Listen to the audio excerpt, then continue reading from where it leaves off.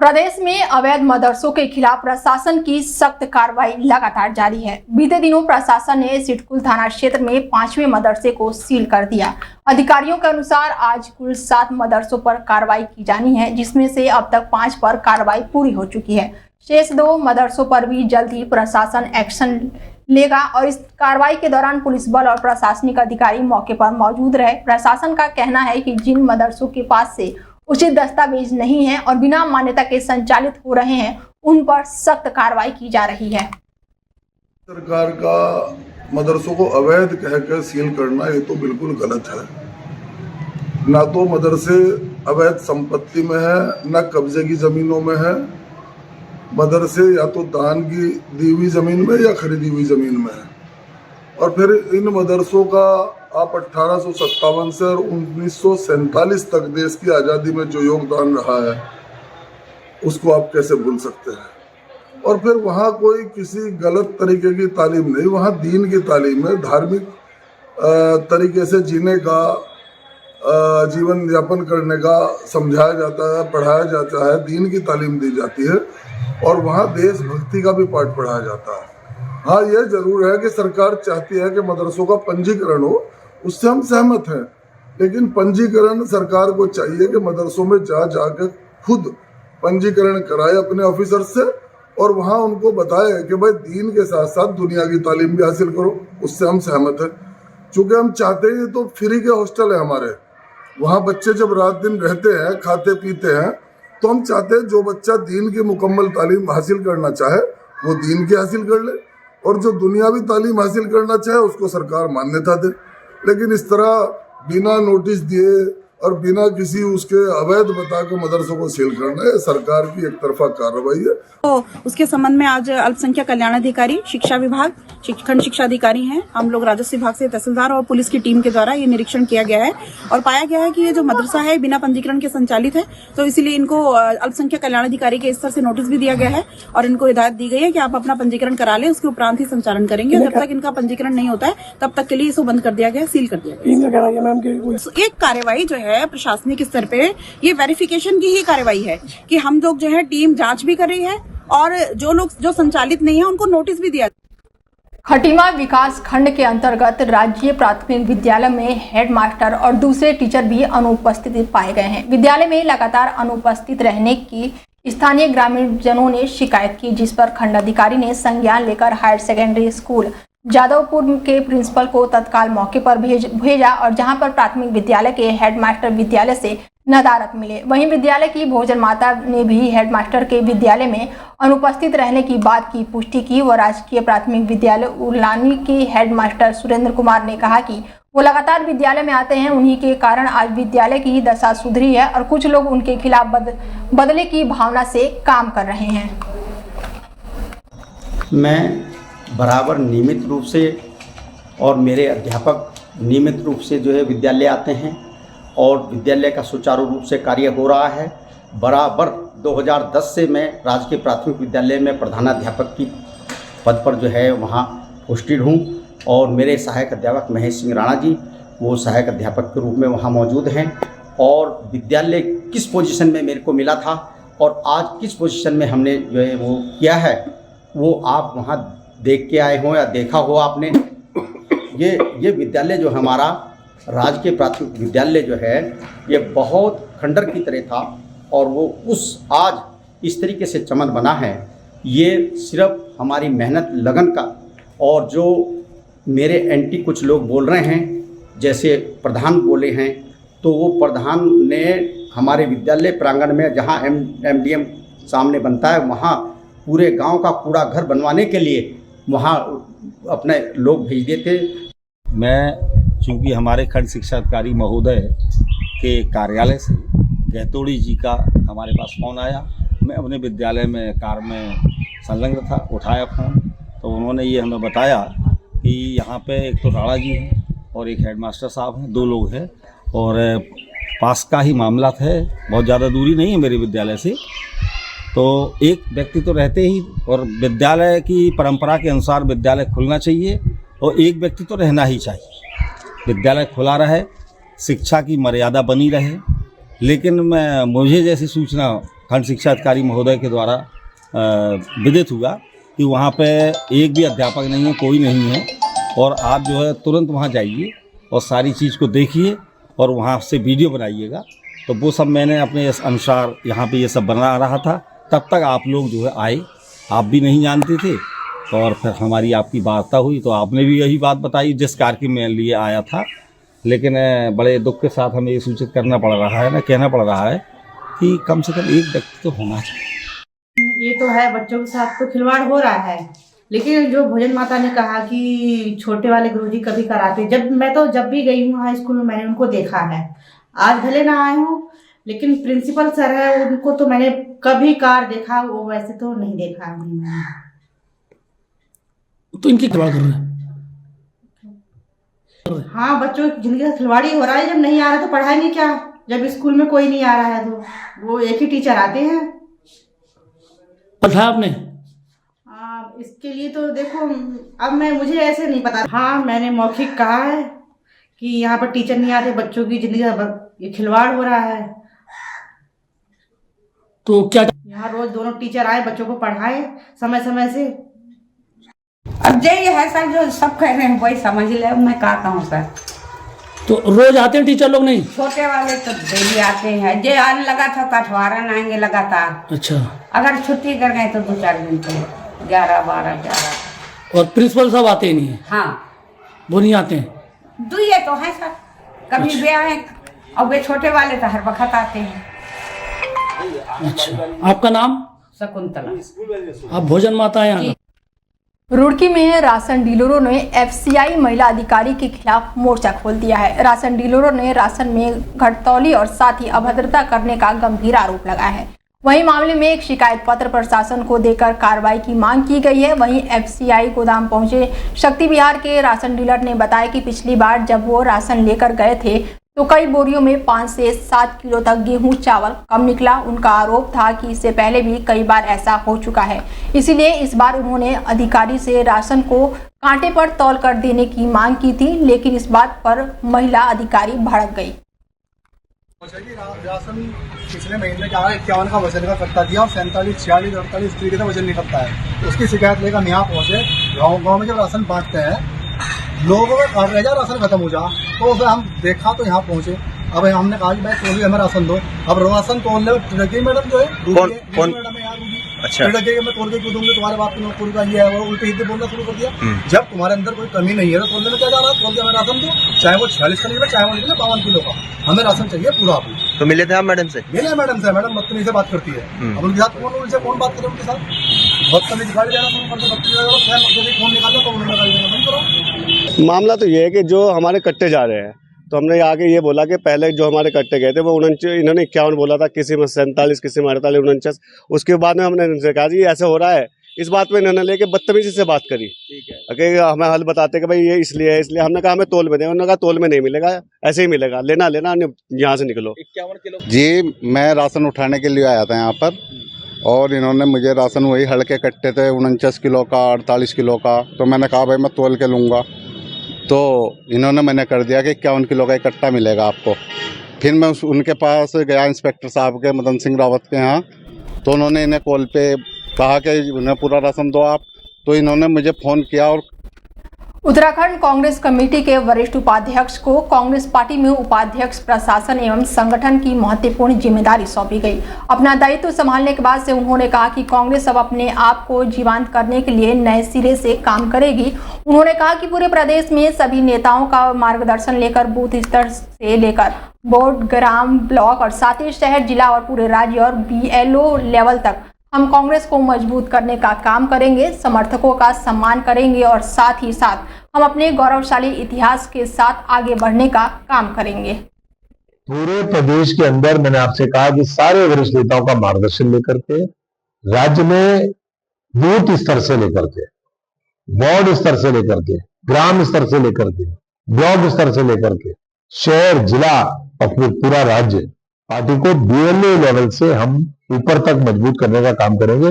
Party दिखाई देगी, समर्थकों का सबका सब बड़ी पार्टी है, बहुत बड़ी पार्टी है। कांग्रेस तो ऐतिहासिक पार्टी है, इसका अपना एक गौरवशाली इतिहास है। आजादी से पहले का आजादी के आंदोलन का और आजादी के बाद राष्ट्र निर्माण का कांग्रेस का इतना समृद्धशाली इतिहास है, तो उसके साथ हम अपने गौरवशाली इतिहास के साथ आगे बढ़ने का जो हमारा। हरिद्वार के साधु संतों ने सपा सांसद से बिना शर्त माफी की मांग की है। उन्होंने कहा कि यदि सांसद ने जल्दी सार्वजनिक रूप से माफी नहीं मांगी तो देशव्यापी आंदोलन छेड़ा जाएगा। इस मुद्दे ने राजनीतिक और सामाजिक गलियारों में हलचल मचा दी है। विभिन्न संगठनों ने सांसद के बयान की कड़ी निंदा की है। क्षेत्रीय समाज के लोगों ने चेतावनी दी है कि जब तक सांसद माफी नहीं मांगते उनका विरोध लगातार जारी रहेगा। गौरतलब है कि सांसद के बयान के बाद से प्रदेश भर में आक्रोश व्यापक है और सामाजिक संगठनों ने एकजुट होकर इस बयानबाजी का पुनर्जोर विरोध किया है। देखिए, समाजवादी पार्टी पहले से ही कटमुल्लापन की सारी सीमाएं लांघ चुकी है और मुस्लिम तुष्टीकरण की राजनीति करती है। वो जिस प्रकार से हिंदू समाज को अपमानित करने के लिए बयान देते हैं, इससे ध्यान में आता है अभी सांसद महोदय ने जिस प्रकार से कहा कि राणा सांगा गद्दार थे। ठीक है, राणा सांगा गद्दार थे, लेकिन औरंगजेब भी लुटेरा था। औरंगजेब ने भारत में हिंदुओं की जो निर्ममतापूर्ण हत्याएं की और हिंदू मंदिरों को तोड़ा गया, वो हमारे आदर्श नहीं हो सकते। वो विदेशी आक्रांता थे। इस देश में बाबर का कोई स्थान नहीं है और यहाँ के रहने वाले मुसलमानों को ये ध्यान में रखना होगा कि वो सब कन्वर्टेड मुसलमान हैं। मेरा पहले भी निवेदन कहा है मैंने कि जो नेता लोग अपने विकास के ऊपर बात करें, आपने क्या कार्य किए उसके ऊपर बात करें।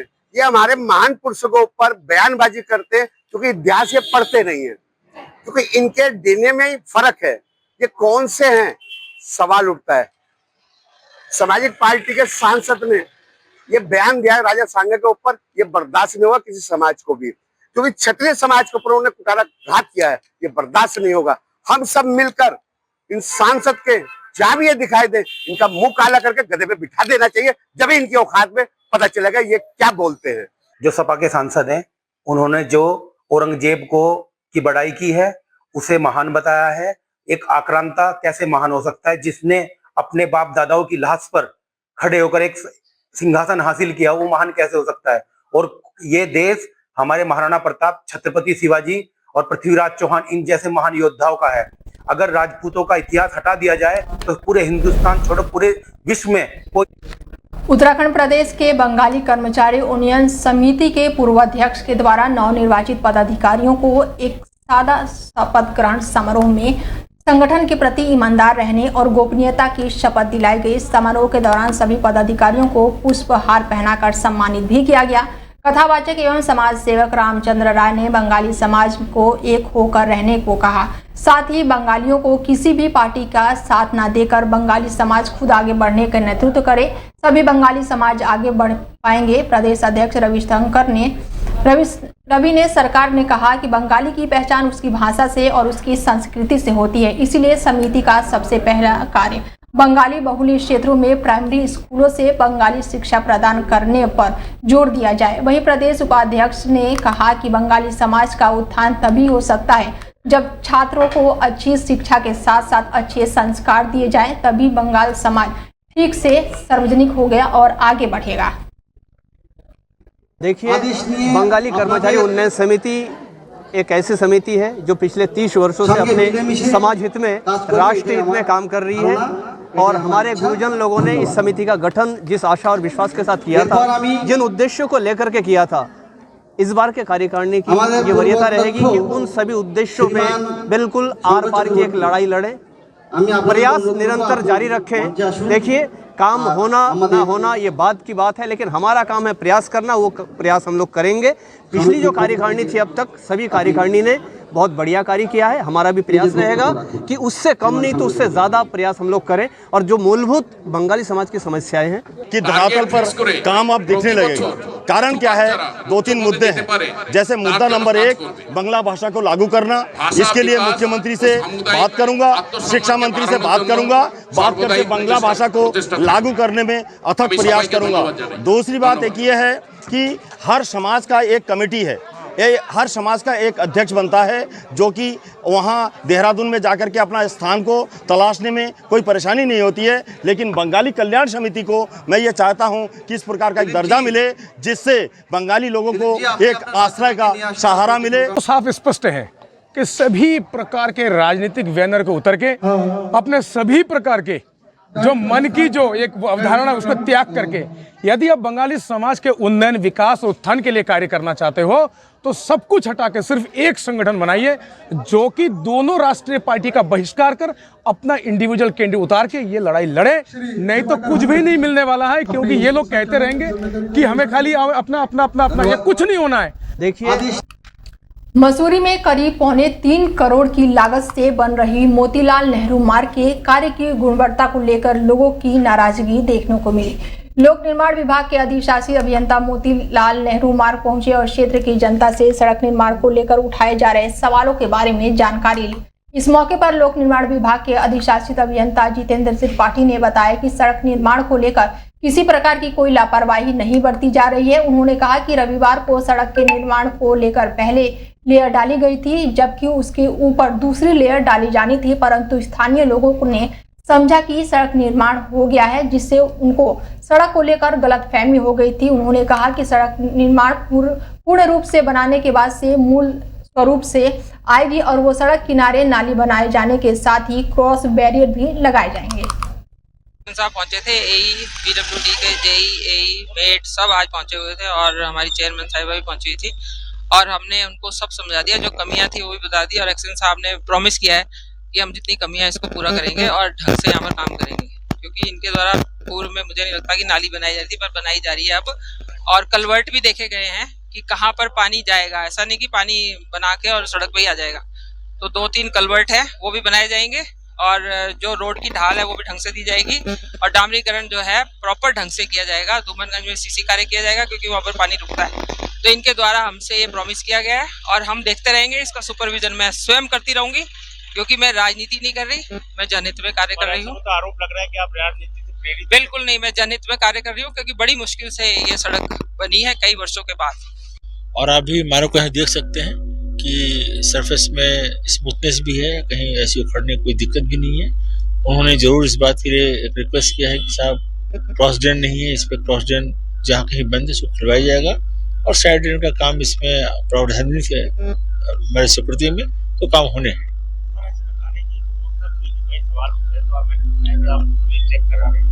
देखिए, हमारा रूटीन टेस्ट होता है, जो भी मटेरियल यहाँ पर आता है वो प्लांट से टेस्ट होकर के आता है और ऐसी साइड पर ले होते समय भी उसके नशे के खिलाफ नूरपुर जिला पुलिस द्वारा चलाए जा रहे अभियान ने बड़ी सफलता प्राप्त की गई है। बता दें कि पुलिस ने नशे तस्कर के खिलाफ वित्तीय जांच का कठोर तरीका अपनाते हुए जनवरी 2023 से लेकर अब तक नशे के काले धंधे से अर्जित करीब 17.72 करोड़ रुपए की संपत्ति जब्त की है। ये कार्रवाई दिल्ली के समक्ष पदाधिकारियों के आदेश पर 9 मामलों में की गई है, जहां पुलिस ने नशे के धंधे से जुड़ी संपत्तियां जब्त कर तस्करों की आर्थिक रीढ़ तोड़ने का प्रयास किया है। नूरपुर जिला जो पंजाब की सीमा से सटा हुआ है, नशे के धंधे के खिलाफ यह अभियान कारगर साबित हो रहा है।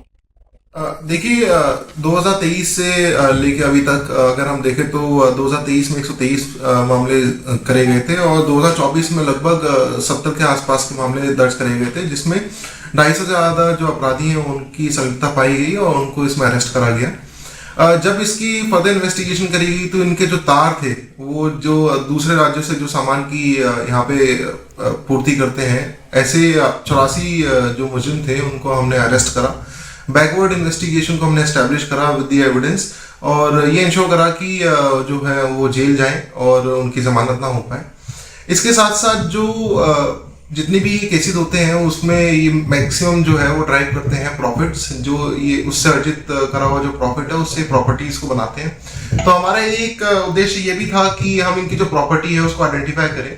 तो पुलिस जिला नूरपुर में टोटल 9 मुकदमों की हमने जब तफ्तीश करी फाइनेंशियल इन्वेस्टिगेशन के उस पे इसके प्रायोरिटी पे, तो हमें ऐसा कोई अराउंड 17.5 करोड़ की प्रॉपर्टी को हम सक्षम अधिकारी दिल्ली की तरफ से हम कंफर्म करवा चुके हैं, प्रॉपर्टीज को अटैच करा जा चुका है इसमें।